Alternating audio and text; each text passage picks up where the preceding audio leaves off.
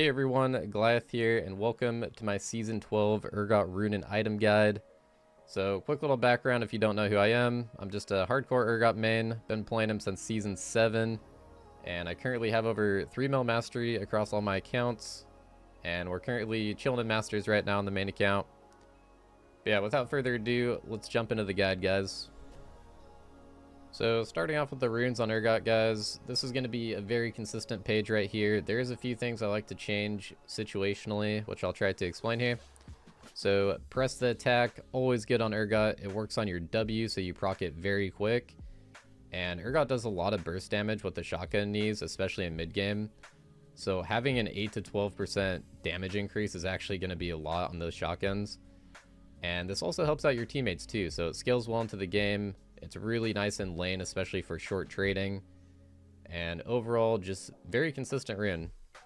So the other keystone that I do like situationally on Urgot is going to be Fleet Footwork. And this is really nice into annoying range top lanes where it's just hard to stick onto them, hard to proc your press attack. This can also be a good option if they just have a lot of range champs in general on the other team, and you know it's going to be hard to stick to people in team fights. So this rune is good because it gives you a little bit of movement speed and a little bit of healing. And the healing really spikes in the mid game once you get your W toggle, because your W stacks it up super quickly. And the movement speed is also really nice to help you get your shotgun knees off quicker. Overall, just a good rune. If you can't really proc press the attack much, I definitely recommend. So for the next runes, we got Triumph, and I would personally always run Triumph. I don't think the other two options are very great on Urgot. And this rune is super clutch. It saved me many times. You're building a ton of HP on Urgot, so that 12% missing health is actually going to be pretty big. And also, Urgot is a champion that plays that missing health a lot because we don't have too much healing, too much sustain. So this can be really nice. Legend Tenacity, also very nice. The biggest counter to Urgot is definitely CC. You're just a mobile juggernaut. You can go Bloodline if they have very little CC, but I think it's just so rare. I would say 9 out of 10 games you should be running Tenacity. Last Stand, also a very good rune. I think it's better. I think it's way better than Coop. The numbers on this rune are always good for me. I have seen a few Urgots that go Coop into stuff like Garen, Darius, Cho'Gath, anything with like an execute. And I've tried that myself, but the numbers are just so bad on Coop that I would still take Last Stand even just for team fights personally, because the numbers are just always good on this rune. For the secondary runes, you guys are going to want to go Resolve Tree Secondary, and this is where it gets pretty situational in my opinion. There's kind of a lot to go over here, so let's start off with Conditioning. This is the rune that I personally really like on Urgot. It is a little bit on the greedy side, but I think most lanes, at least levels 3 to 9, you're just trying to scale and kind of survive on Urgot. You're not really trying to play super aggressive. So this kind of makes sense to me, and it spikes at the same time you get level 9 plus Hullbreaker, or right around the same time. So you just have all these things coming online. It feels really good. Definitely recommend taking this into tank lanes for sure, like any type of scaling lane. And it's also nice into those like heavy mixed damage lanes. So for the next runes on this row, we have Second Wind, and this is really good into those annoying poke lanes, like especially range ADCs or stuff like Teemo. Anything that's just going to be poking you down. Second Wind plus D-Shield, really nice combo. Help you get through the lane. We also have Boneplating, and this is good into all-in champions that don't have a way to poke you, basically. So stuff like Riven, Renekton, Garen, stuff that has to go in to actually trade with you. It's really nice. You just want to make sure they don't have an easy way to poke this off. For example, if they have like a Camille using W on you, or Irelia using W, that can just proc off your Boneplating and then they can go for the trade. So you don't want to run it into champions like that. But really get into all-in champions. So for the last row here, we have Unflinching, and this is really nice if they just have a lot of CC or a lot of slows. I find myself running this rune probably 7 out of 10 games these days. I would say it's a lot more common. I've noticed a lot more just CC in the game and a lot more like ranged champions that I need to try to get to. So this is really nice. The other rune is Overgrowth, and this is a really greedy option, but it is really nice in my opinion. Basically, if you're just trying to scale and you don't need the Tenacity from Unflinching, then I would just go Overgrowth personally. Health is really good on Urgot for many reasons. It helps your E out, it helps your Titanic damage out, and having health is just good on a Juggernaut as well.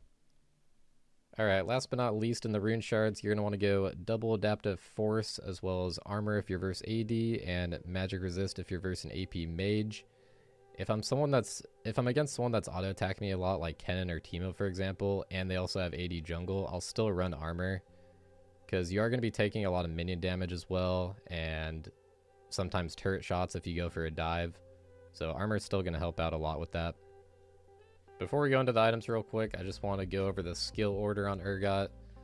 So you're always going to want to take E level 1. This ability is super strong early game. If you can land an E, you can sometimes burn a flash or even get a kill. You want to try to auto people with your shotguns and then fling them to the other side and then get those shotguns off. And it's a ton of damage. They get stunned as well.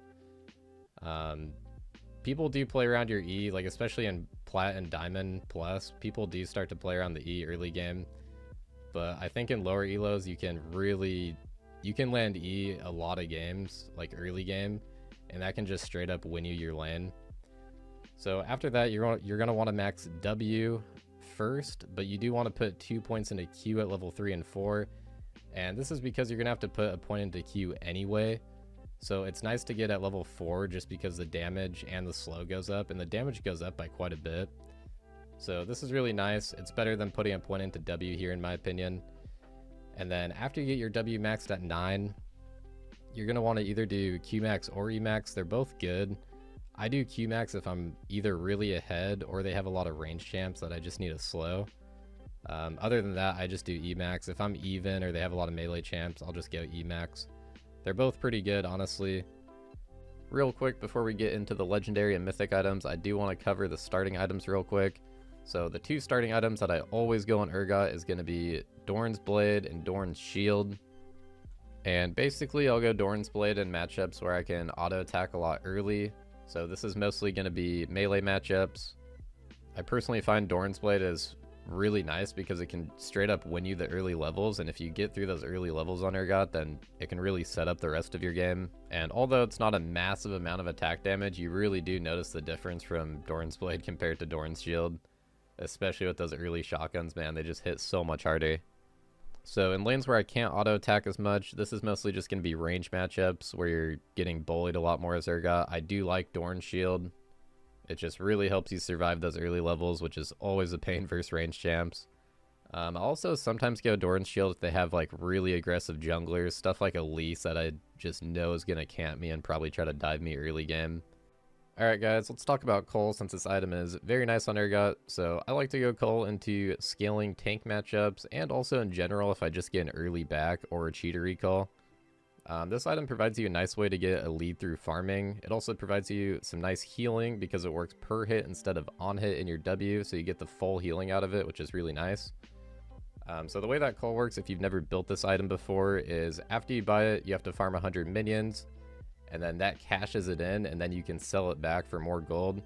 So you end up with 180 gold profit, which isn't too much, but through farming it's really good, and the stats are nice on Urgot, so definitely recommend it if you get that early back off. Also, don't sell the item before you cash it in. Make sure you cash it in before you sell it. And also, only sell it if you can buy another item. Sometimes I see people just sell Cull once they cash it in, but then they can't actually buy anything right away. So it does provide you a little bit of stats. Just make sure you can actually buy something if you're going to sell it. Alright guys, I'm going to be doing a live voiceover of how to do a cheater recall, and this is especially good into tanks and also good into other matchups too. It can be harder versus like bruiser champs that can contest waves early, but sometimes they'll let you do it, sometimes they won't, depends if you can push. So what we're doing here right now is we're just slow pushing the first two waves. You want to be careful of your shotguns. You want to try to auto attack where those are down for the most part. Obviously the first few shotguns you have to get out of the way. Not really much you can do about that. But yeah, just try your best to CS. You really want to farm good when you're doing this so you can actually afford that call after the third wave. So yeah, this is really good to do into I mean, like I said, this is good to do into any matchup, but especially tanks, and it's also going to get you out of the top jungle gank at 3 minutes, and it's also going to set up your wave in a good spot, so you can either pressure for a kill, or sometimes your jungle comes and ganks. But yeah, right now, just last hitting, slow pushing. I had to use W there because I would have missed one. But notice how the wave is right outside his turret here. This is really important that I don't crash this early. Because what you want to do is you want this wave to be stacked up. And then right when it comes on this cannon wave is when you want to hard push. So right here I use QW to push. Now he has this big wave to farm under turret. And Shen farms really slow too. He can pretty much just last hit with Q. He doesn't have any like AoE way to farm, which is really nice. So while he's clearing that wave, his wave is going to stack up at turret, which you'll see in a sec here. Also, I got a control ward on this back. Normally, you just get like an HP pot or sometimes only Cull. I got every CS there, so this was kind of a... This was just a really good demonstration, honestly. Usually I do miss a few CS. But yeah, notice how his wave is stacking up at turret here. This is really important because now it's going to slow push to me. And now I have item advantage and I missed pretty much no CS off that. And now my wave's in a good spot and we got out of the jungle gank. Or the possible jungle gank around 3 minutes. So my main goal right now is just to thin the wave down. I don't want him to fully push in this wave. I want to keep it right outside my turret. And like I said, that's going to pressure him to push in the wave. Because he either has a chance of getting ganked, or I just have a chance to solo kill him. So notice how the wave is perfect right here. That's because I'm thinning it down. I'm not allowing him to fully push. And I see another wave coming in, and there's a lot of mages here, so we go for the Q, clear that out, keep this thinned down, so we keep the freeze. And you can tell this really pressures him here. He goes for a bad trade into turret shot. And then boom, we get the kill. And honestly, right here, if I don't make any mistakes, my lane is pretty much won just off doing a cheater recall. So as you can see, people get really pressured when they can't push in that wave. It's a really rough spot to be in top lane, because even if you have a ward, sometimes you still die when you're pushed up that far. So yeah, hopefully this helps, guys. Moving on to the items for Urgot, guys. First item is going to be Hullbreaker. I'm currently building this, and probably 90% of my games right now is first item. The item is extremely gold efficient for Urgot. It's also very cheap. You can get it right when you get level 9, which is a big power spike for Urgot because of the W toggle and conditioning, like I said earlier. So all this stuff is coming online right around the same time. The build path is also really nice. Phage is great into the harder matchups. You can still go pickaxe if you have more kill pressure at 6, but I really like going Phage. You're also going to want to build normal boots while you're building into this item. And then you're going to want to upgrade boots after this item. And one thing I want to say about Hullbreaker is it doesn't force you to split push the entire game. It is nicer in the split push for sure. But because the item is still so cheap and you're still getting the AD and health, you're just not getting the boarding party passive. But you can still teamfight. I still recommend team fighting, especially for like Barons and Dragons. Any big objective fight, you can still TP in. But other than that, you do want to be split pushing, but Urgot kind of does that anyway, so I think this item is really good, honestly. So after you're done building Hullbreaker, you definitely want to upgrade those boots ASAP before you build into Titanic, because that's going to be really expensive.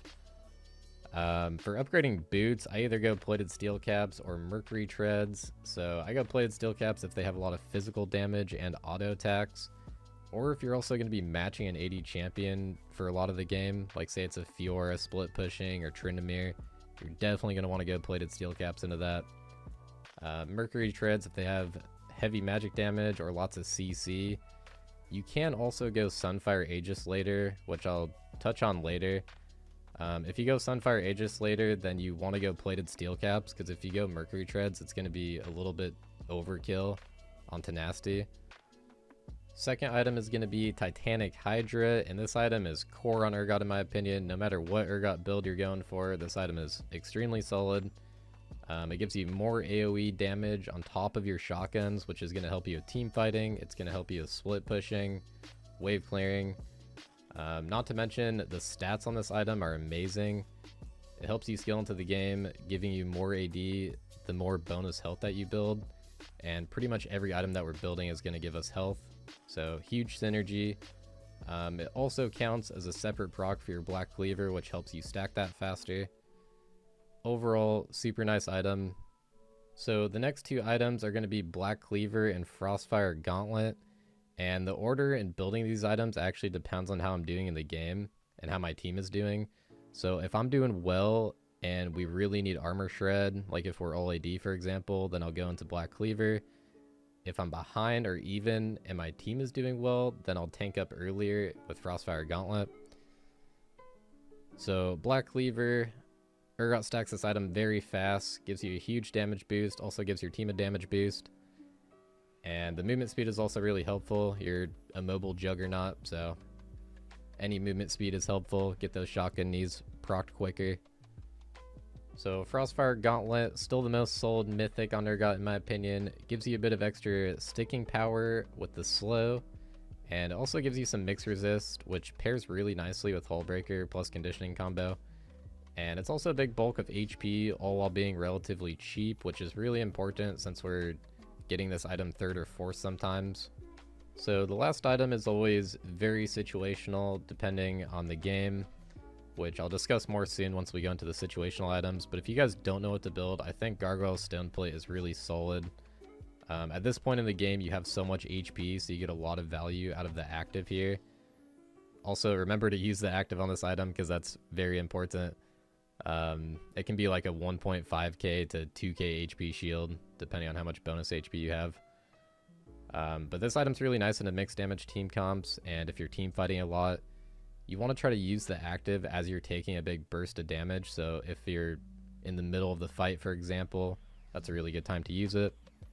The active can also be used while pulling people into the grinder, which can always secure fear plays, and honestly that can be super clutch. It's the only active item, or it's the only item that you can use the active while actually pulling people into the grinder, which is kind of cool. So when building these situational legendary items, one thing I want to cover real quick is you're going to want to replace Gargoyle Stoneplate, and also once you're full build and you can sell Hullbreaker for another legendary item, I highly recommend to do that as well. The items that you always want to keep on Urgot though are going to be Titanic Hydra, Black Cleaver, and Frostfire. I think these are always core. You can sell Frostfire for Sunfire if the game goes on that long to where you can sell Hullbreaker and Frostfire, then you can replace Frostfire with Sunfire because it is a little bit better. But Titanic Cleaver you're always going to want to keep. These are core items for sure. These are going to be, well, this is the situational item, and then this is going to be the sell once you have full build and can afford another legendary item. So moving on to the situational legendary items, let's start off with the anti-heal items. So I only build anti-heal if I absolutely need it for my matchup and the game, because Urgot is a champion that spikes really hard off item buys in my opinion, like finishing items. And this can set you back 800 gold and also use up an item slot, which can be kind of annoying. So I always recommend checking if you have an enchanter support on your team that's going to build Chemtank Putrefire. If that's the case, you don't really need to build anti-heal unless you really need it for your matchup. Anyways, I'll get Bramble / Thornmail into heavy physical damage that are also going to be auto-attack me a lot. Think of champions like Fiora, Irelia. Thornmail's really good into. Bramble's really nice in lane as well into those champs. Also, once you get Thornmail, the Grievous actually applies on Immobilizes, which is going to be your E and your Fear from ulti. And for Executioner / Chainsword, I really like this into AP champions and also champions that won't be auto-attacking you as much, especially in team fights. So champions like Gwen, Mundo, Atrox, I think Executioner is really good into. And this item also feels nicer if you have a lead in my opinion, because anti-heal only really feels good if you're able to fight the champion a lot. Next item we have here is Death Dance, and this is really good if you want damage and armor. I'll usually build this into heavy AD team comps as like a 5th or 6th item if I'm doing pretty well in the game. Keep in mind that damage stored is only physical damage, so you really don't want to build this into heavy AP team comps. Only physical damage. Guardian Angel, this can be a good final item if there's a lot of close fights and you need the armor plus damage. Also, sometimes buying a stopwatch can win you a really big fight to secure a big objective or even win the game. So, for example, if you have around 650 gold right before a Baron fight or a Dragon fight, stopwatch can be a really clutch buy, which you can later transition and upgrade into Guardian Angel. Randuin's Omen, this is an okay item if they're full AD and they have like a lot of auto attacks and crits. I don't really build this item personally because I like Guardian Angel and Death Dance a little bit more in those scenarios. But it definitely can be an option if you want to go more on the tanky side. Serylda's Grudge. This can be a really nice 5th or 6th item into teams that have a lot of armor. Combined with Black Cleaver, man, you'll completely shred tanks. They won't even feel like tanks anymore. The slow also works with your passive shotgun knees, so it can be really great against kiteable team comps as well. And yeah, you will be a little bit squishier with this build, but the damage boost is very noticeable in my opinion. So into really heavy AP team comps, I do sometimes like to go Wit's End. Even though the attack speed is not ideal on Urgot, this item is still pretty good in my opinion. Mainly because there isn't too many great magic resist options. And it does provide a nice amount of movement speed, which also stacks with Cleaver, which feels really nice. The on-hit damage is also magic damage, so it makes it really hard to build against an Urgot that has a Wit's End. And it can be really nice if they're stacking a lot of armor too. I really like this item. I like it more than Ma into heavy AP team comps. If you want damage, it feels really nice. Final situational item on this list for the legendary items is going to be Anathema's Chains. And this item can be nice if they have a super fed champion that you need to take out. Keep in mind though, it doesn't work versus true damage, so don't build it into a champion like Vayne, for example. I really like this item if they have just one single threat that we need to kill on the team, which is honestly kind of rare these days, but I had a game not too long ago where they had to protect the Kog'Maw team comp, and I threw the chains on Kog'Maw. He did reduced damage, and they also get reduced tenacity, so they're easier to kill, and it felt pretty good in that scenario. Alright, moving into the situational mythic items for Urgot. First one is going to be Sunfire Aegis, and this mythic can be really nice if you have to go plated steel caps and you still want a lot of tenacity into heavy CC team comps. It also gives more resist and more damage than Frostfire because your W can actually proc the Flame Touch passive. The only big downside of this item is it costs a lot more gold and you do get slightly less HP compared to Frostfire. The slightly less HP isn't too big of a deal, but I think the fact that it costs a lot more gold can actually be a pretty big deal, especially when we're buying mythics so late in the game. Turbo Chemtank, honestly, I still need more testing with this mythic, but it feels pretty similar to Frostfire Gauntlet. They're both the same price. You get a little bit more HP with Frostfire, which is still pretty nice in my opinion. But this mythic feels nice if they have a lot of ranged champions and you just need a gap close, because that active really does help you close the distance against ranged champions. Moving on to the damage mythics here, we have Eclipse, and this is a really just well-rounded damage mythic, especially nice in a tankier team comps because of the passive as well as the mythic passive, going to give you that armor pen. And it's also pretty nice in a squishy champs too because of the lethality. It's kind of a best of both worlds type thing. I'll usually get this mythic if I'm really fed and I don't want to build HP. So if they have a lot of HP shred champions like Vayne, Brand, Fiora, I'll usually pick up this mythic. Next up we have the Prowler's Claw, and this mythic is really high risk, really high reward in my opinion. I do like it in some ranged top lane matchups if I'm doing really well and I'm just snowballing the matchup. It's also nice if they have a really squishy team comp on top of a ranged matchup. So if they have like 5 squishies, for example, this is going to give you a ton of lethality off the mythic passive, and your shotgun knees are going to hit like a truck, man. Like, you can take people out with like 3 shotguns. It does have a much different playstyle though. The active, you can dash on people instantly and just assassinate them, but it is much harder to get fears off with this build. So it's kind of a different playstyle. You're playing more off your shotguns and just your W, which can be good, but it can also be... It can be hard to go for ulti plays, basically, especially in team fights, which can honestly make it fall off pretty hard, especially if you get like CC'd, or if you get like polymorphed or something like this, you can just die instantly. So very high risk, very high reward is the best way I can explain this mythic. The last and final situational damage mythic is going to be Goredrinker, and I honestly haven't built this item as much recently, but it still feels good into heavy melee team comps that have a low amount of ignite and anti-heal. You can look at the champions on your team to know if the enemy is going to build anti-heal, if you have a lot of healing champs on your team. But I just find it rare to run into really heavy melee team comps, especially that aren't going to be building anti-heal. But yeah, if I'm doing well in the game and they have a lot of melee champs, I do think this is still a good option. I just find those games pretty rare. Alright guys, that is going to be the runes and build for Urgot going into Season 12. I just want to thank you guys for watching the video, and thank you for watching my channel in general. If you've stuck around for a long time, I really appreciate it. And I am still working on the super in-depth guide that I can hopefully come out with next season. But I just want to make sure I do a really good job on that, so I don't want to promise an exact time date on that yet. But yeah, thank you guys for watching. Drop a like, share with other Urgots if you want. I would appreciate it. And take care, everyone. Thanks for watching.